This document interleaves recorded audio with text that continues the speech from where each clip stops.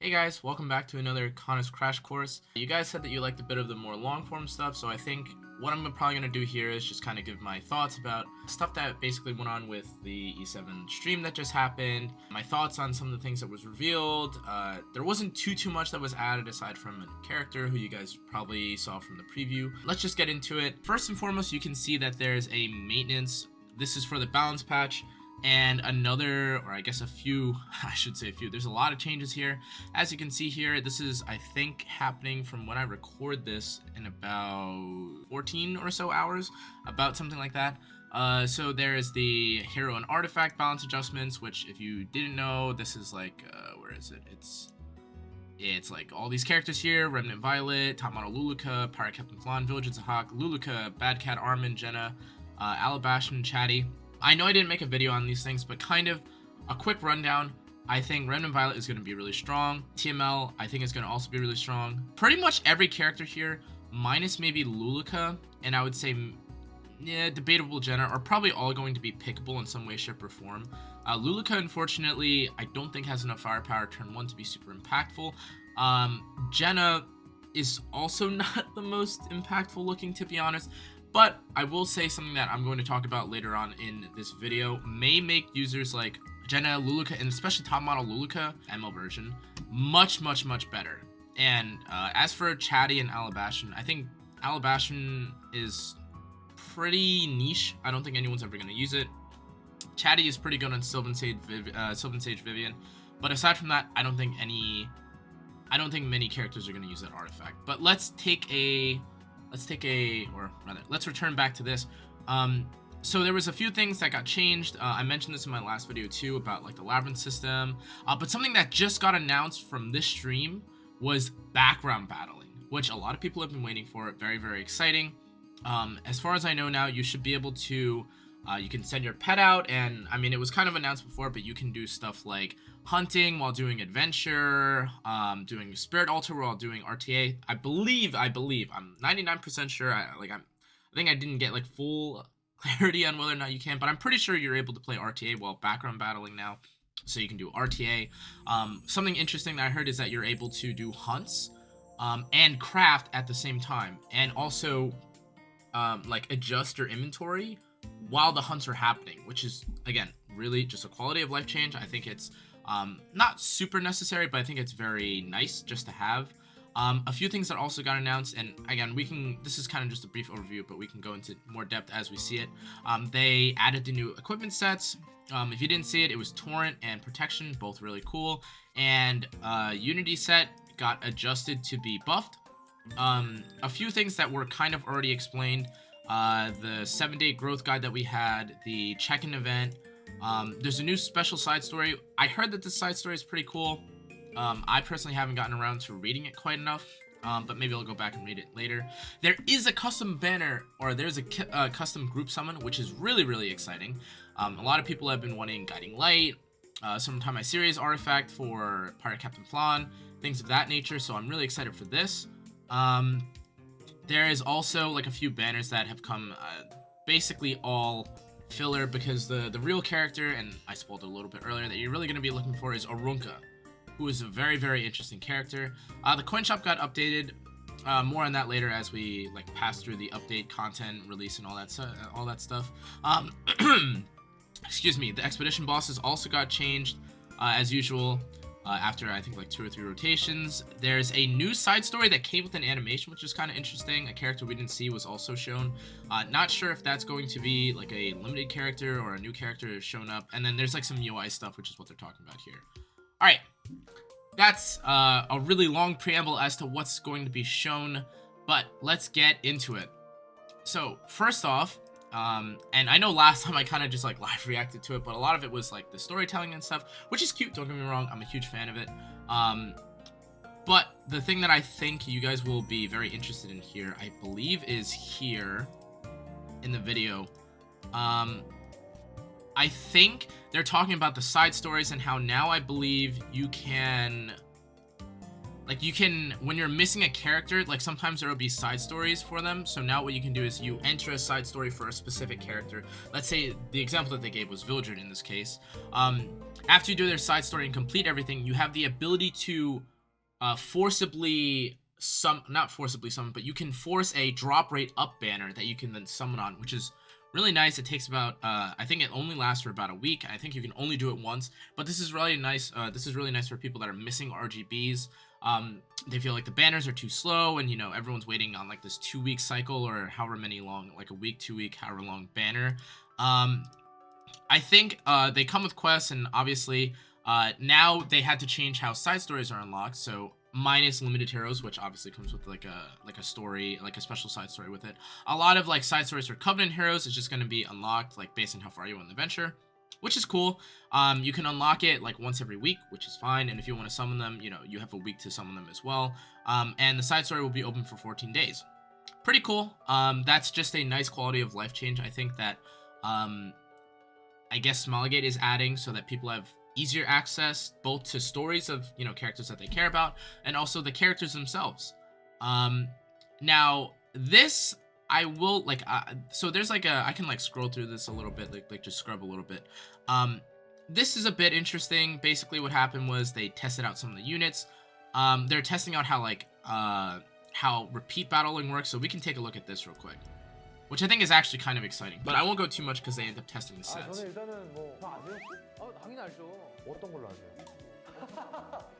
Oh, okay, alright, alright.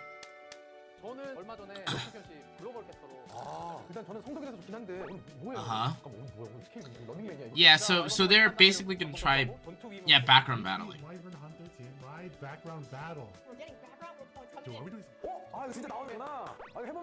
This is so cute, by the way. You know, like people that don't really get to play E7, like, you know, they say that they'll try playing E7, and they you know, they're just busy with stuff, and they get to see how like their accounts are going, and they can see their progression throughout the years. But yeah, so as you can see here, you can see the little sorry, I'm cutting off Mashu and all that stuff, but you can see like the little background battling symbol here, which is really cool. Spoiler alert, like you can click on it, yeah, and you can see like the characters themselves. Like, hold on, let's pause that. I don't know why they skipped over that so fast. Wait, that's sick. So you can like, it's like a little window. You can see everything, and as you can see here, and again, I'm not gonna watch the whole video. You can press this backpack, and you can manually sort or like sell, extract things while stuff is happening, which, again, very cool. This is so cool. You can see them like running too. They're so cute. 와, 열심히 달리는데? 그러니까 근데 이게 되면 나한테 딴 게 가능한 거잖아요. 자, 그럼 저 눌러봐도 돼요? So you can, I don't know why they didn't try like RTA at the same time, but they were showing like you can do adventure. And yeah, you can see like it automatically like increases your gold, decreases your energy, stuff like that. 13단계 되냐 여쭤보셨잖아요. 그러네. 이게 좋은 게 다 들어가 있... 오, 잠깐만. 해봐요. 아, 이거 하면서 정리가 된다. And they extract live, right, which is cool. And then they're trying like protection and all that, right? All the new sets, which is, you know, and they're trying out all the stuff. Like they're trying out like some of the units and like the new content and all that stuff. You can see like Labyrinth is all red and stuff, which is, or it's all purple now.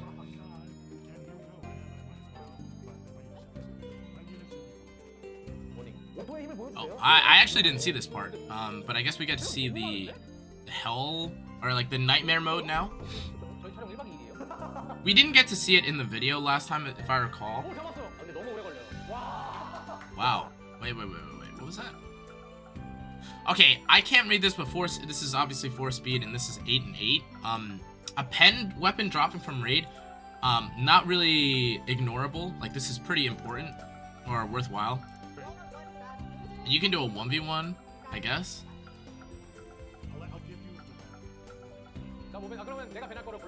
I don't know why they didn't show the RTA backup. I'm pretty sure you can do the background battling at the same time, but maybe I'm mistaken. Maybe I got baited a little bit by Twitch chat. And in any case, like they were trying to use like all the sets. That's fine. Just a little bit of a teaser of like the 1027 update. I would watch the E7 World Championship stuff, but it's, you know, it's a good watch for on the side. Personally, I'm not, like, I casted the E7 World Championship. I know a lot of these things, but I'll leave the, I mean, you guys can go find this on the stove page and go watch it yourselves. And there's some bonus scenes. But this is the short update that we got before the live stream, which the live stream itself showed us the protection set and torrent set and the big changes, like PvP, I guess, changes. Some of which include, obviously, the introduction of the sets. Attainable from Golem and Katie's, respectively. Torrent is a 2 set, Protection is a 4 set. Brief thoughts, I think that Protection is pretty niche, if not one of the worst sets, just being frank, in the game. But I think Torrent is going to be really good on a lot of characters that either can't have penetration or can't use pen set because they are AoE, or already have like pen set built into their kit. You know, Watcher, Edo, Vildred, stuff like that.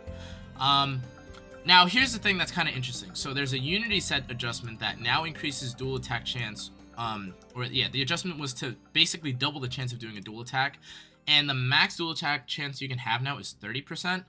But they reduced base characters' dual attack chance to 3%. So this is kind of nice in my opinion. I think the odds of having a dual attack being, something like 15%, anytime someone attacks is kind of stupid, barring some, situation where you have like Closer Charles or someone who can't necessarily drag someone across because their S1 says that it can. I know there's a bit of hype around using, like a Unity set, but especially with Torrent set coming out and how good pen set and immunity is nowadays, I don't really foresee this making that much of a difference. I think a lot of EpicSeven players tend to play on percentages I think they try to play on the more secure, like less RNG win con, and I think the higher win con is to just rely on your innate like penetration stat that you gain from pen set, or like the utility of immunity, the value from crit set or torrent set, etc, etc. So I don't think this is going to be enough to really push Unity set to be used over crit set. 10% increased dual attack chance, I don't know if that's going to be enough to sway people. But this is the really big thing, okay? In my opinion, this is one of the biggest things about that came from the live stream itself, which is adjustments to Battle Frenzy for the World Arena Triumph season. So first off, they didn't change like the base effects or anything like that, but they removed 7 speed from Soul Weavers, which great, but then they very oddly and kind of unusually increased the speed of mages, which I really don't agree with. I think that adding 7 speed to mages is very unnecessary. I don't think anyone really wants units like Calric, top model Luluka, auxiliary lots, Angel of Light, a lot of these units to be any faster than they already are. We'll see whether or not they are enough to really shake up the meta. I will say the 7 speed being removed from Soul Weavers, I think is kind of nice. Desert Druid Bazaar, one of the more popular characters who came out recently, or got buffed recently, has basically become a first pick in, I'd say, probably 40 to 60% of matches, depending on if HWAYOUNG is banned or, if people want to play with like certain barriers. But he's kind of a very toxic's not the right word, but he's a very overwhelming, very safe, versatile pick that essentially doesn't get punished at all. That being said, I don't think that in exchange for nerfing someone like Desert Druid Bazaar, we should then have 7 speed added to these other new openers with top model Luluka, who now gives attack buff when she S2s to her entire team, and also CR pushes the whole team at the same time. Kind of an L in my book. I don't really like this change, but we'll see. The other thing, I don't know if this is super relevant, but the max battle frenzy level has been decreased from 8 to 7 turns. I think that just means that we're going to like increase to higher frenzy quicker and quicker. Could be bad, could be good. I don't really know how much this will affect things, but I think the 7 speed thing is going to be, if it's unimpactful, I would be more than happy to eat my words, but I think this is going to make a lot of units or a lot of players that play speed even more inclined to play faster. You're probably going to see a lot of Sid, top model Luluka, or like Sid, Angel of Light, things like these, Calric, paired together with books to essentially wipe out any other, Assassin Sid or any of these units from ever taking turn 1, especially when a player knows that they're faster than you. Moving forward, though, we do actually have Arunka. This character, her showcase is a little long because she has like the combat, but I'll let the video do the talking for you guys, or I'll let the video do the talking for me. Even if the whole world's against us, no one shall lay their hands on the prairie as long as I stand. You seem quite strong. Maybe it's time to warm up. I lied. Her S3 animation's pretty sick. Am I getting But that's all I'll say. better than everyone else? After demonstrating outstanding talent since she was a child, Arunka was chosen as the next leader of the prairie. She became the master of the Autumn Sword after besting all the other contenders. Excluded from the competition, her sister Peira started a rebellion, but Arunka successfully squashed their uprising by uniting the tribes and becoming the queen of the Suin who rules over Tranquil Prairie. Dreaming of a united prairie that enjoys peace and prosperity, Arunka stoically defends her position as the owner of the prairie. She must fight Januta, who aspires to make the prairie his own, and Peira, who is preparing for war and who intends to take the Autumn Sword for herself. Arunka is a 5-star Earth Elemental warrior. She has high attack and health, and she can increase her attack further through her imprint concentration. Skill 2, Wild Instinct. Attack increases by 30%. When attacking, cannot trigger a critical hit. At the end of an enemy's turn, when the target is granted a barrier, increases combat readiness by the caster by up to 10%. Skill 3, A Thrashing in the Prairie. After increasing attack of the caster for 2 turns, runs up to the enemy to attack. When the enemy is defeated, inflicts extinction. Penetrates the target's defense by 70%, and when the target is granted a barrier, increases damage dealt. Skill 1, Dagger Throw. Throws a dagger at her enemy with a 50% chance each to inflict 2 bleeding effects for 2 turns. A successful attack has a 50% chance to activate Expose as an extra attack. Expose attacks the enemy and recovers the health of the caster. The amount recovered increases proportional to the caster's attack. Expose can only be activated once on the caster's turn. When 10 soul is consumed, the chance of activating Expose increases to 100%. Arunka's artifact. Alright, let me pause here. Okay, first off, this artifact, I think it's kind of a weird, it's kind of a weird artifact. It's 20% increased hit chance. I guess it's fine for a warrior. Did you guys notice something? Did you guys notice something? This is a 1500 attack warrior, okay, who has 30% increased attack on S2, cannot crit, has a means of CR pushing themselves, has a nuke skill 3 that penetrates the target's defense, and has a very, very strong sustaining, cycling, important skill 1. I wonder if that reminds me of any other unit that has been released in recent times who also gains a lot of attack for free and also has an S3 nuke that may have just been nerfed. Oh, that's right. This is fucking Grass HWAYOUNG. So, for whatever reason, she has insane health, kind of similar to HWAYOUNG. She has high attack, very similar to HWAYOUNG. Has an attack imprint, just like HWAYOUNG. Gives herself attack buff, unlike HWAYOUNG, I guess, but still has a very high nuking S3 that is pretty much unconditional. Wow, it's almost like we nerfed one character to release the same character in another form very quickly. So, in any case, my initial thoughts about Arunka are that obviously she looks a lot like HWAYOUNG. Importantly though, she doesn't get to self-cleanse on S3, so it's not exactly, she might not be exactly the same level, or she might not have the same level of strength, because usually part of the strength of HWAYOUNG is that you can cleanse and you give yourself immunity and you can't get debuffed after the fact. Arunka doesn't have a similar sort of functionality, so if you're going to use Arunka, you're going to have to kind of commit to her as a tanky unit that needs some other way to cleanse themselves, either through the inclusion of a cleanser on your team, or you need a really fast team to eliminate the whole team before anyone can go and debuff you.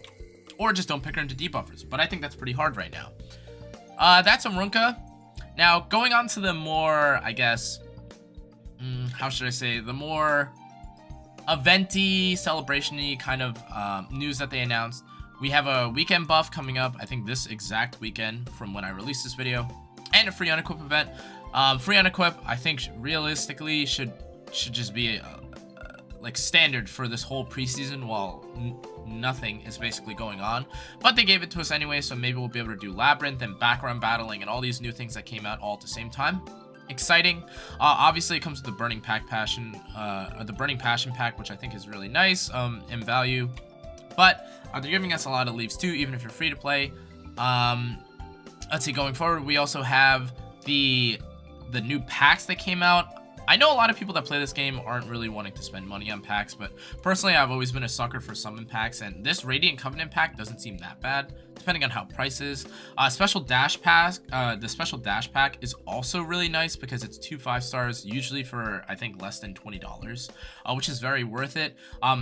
If you're just thinking about like how free to play or like how much it costs to like buy covenants in general, it's 2 5-stars, which is, you know, 400 summons for the cost of $20. Like not something that everyone will buy, totally understandable, but if you are looking to whale, I think this is a worthwhile pack to get. The rank up pack, I think, as well, I think they refreshed it, they renewed it. This is I don't remember how long. It's 3200 skystones. If you're not familiar, 3200 skystones is about what, maybe like 35-ish pulls. In addition to everything else that you get here, you see like there's some abyss things. This is also kind of nice, and if you don't get the pack itself, it's always nice to just get the free reward anyway, so stay tuned for that. I kind of mentioned earlier that there was a side story that had an animation, so we can take a look at this real quick.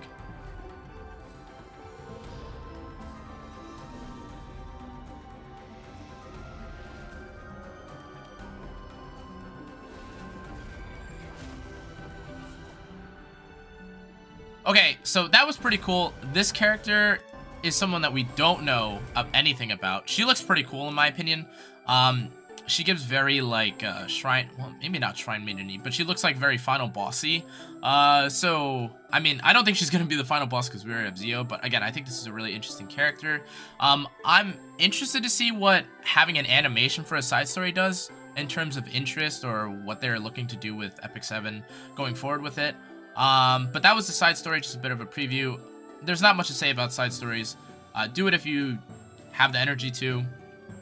Usually the rewards are always worth it from that. You also get like increased like drops and stuff based on if you use the artifacts. And then kind of as I mentioned, if you aren't familiar, there is a lot of check-in stuff that's happening. There is a frame in this one, which is, I think, one of the better frames that we've gotten for free. There's 2 5-star summons, one for artifact, one for hero, and then leaves and catalysts and all that stuff. That's fine.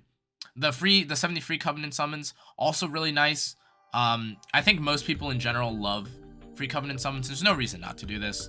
Just log in during these days. So it starts on the 28th, Friday, and it goes until the 23rd of November. Oh, wait. Oh. I guess it starts from the first day that you log in or something like that. But yeah, like you can do like 10 summons every day, which is obviously really cool. I hope all you guys get all the ML5s and I guess more of the mages, I guess, if you're missing them, because we're about to enter a meta where you get a lot of value from having mages. And then finally, this is the region and episode rewards that they changed. I mean, this looks kind of decent, I guess. I mean, these are just nice changes anyway. You get like the phantasms, and you get the penguins, and you get the covenant bookmarks. I think all that's fine. Aside from that, I think that was all that was announced in the I guess the maintenance for today. As a kind of conclusion, really quick, I would say Arunka looks kind of strong. I'm kind of interested how she'll be as a bruiser. If not, I'm probably gonna try her as a speedy damage dealer as well. Background battling looks like extremely cool. Definitely something that people are going to be spending more time on. All the new events that we're getting are really nice. Still really excited to see what they do for the anniversary as well. The Moonlight 5-star selector, I'm gonna have a video up on that later on my channel where I did a tier list with another content creator, Tristan Wolf, if you know him. I'll post a link for that later on my Discord and stuff if you haven't already joined. But yeah, in general, a very cool patch. I think probably one of the better patches that E7 has had, primarily because of, you know, the background battling, which I think is one of the long-awaited, very nice quality of life changes that EpicSeven has needed. I say needed, but it's more so just nice to have, in addition to the like 1,000 other things that they've been releasing on Stove and over like all these random patch notes and Merowin notes. But yeah, if you enjoyed today's content, I appreciate it. Thank you for before I get to that, thank you to everyone that answered the poll. I was asking about whether or not you guys preferred longer or shorter form content. This is my attempt at my second rerun or a second attempt at a long form piece of content. But again, if you enjoyed this kind of content, make sure to like, comment, subscribe. Let me know what you think of the patch and all that stuff down below. I love talking with you guys. But make sure to turn on the notification bell, and I'll see you guys all in the next one. Take it easy, guys.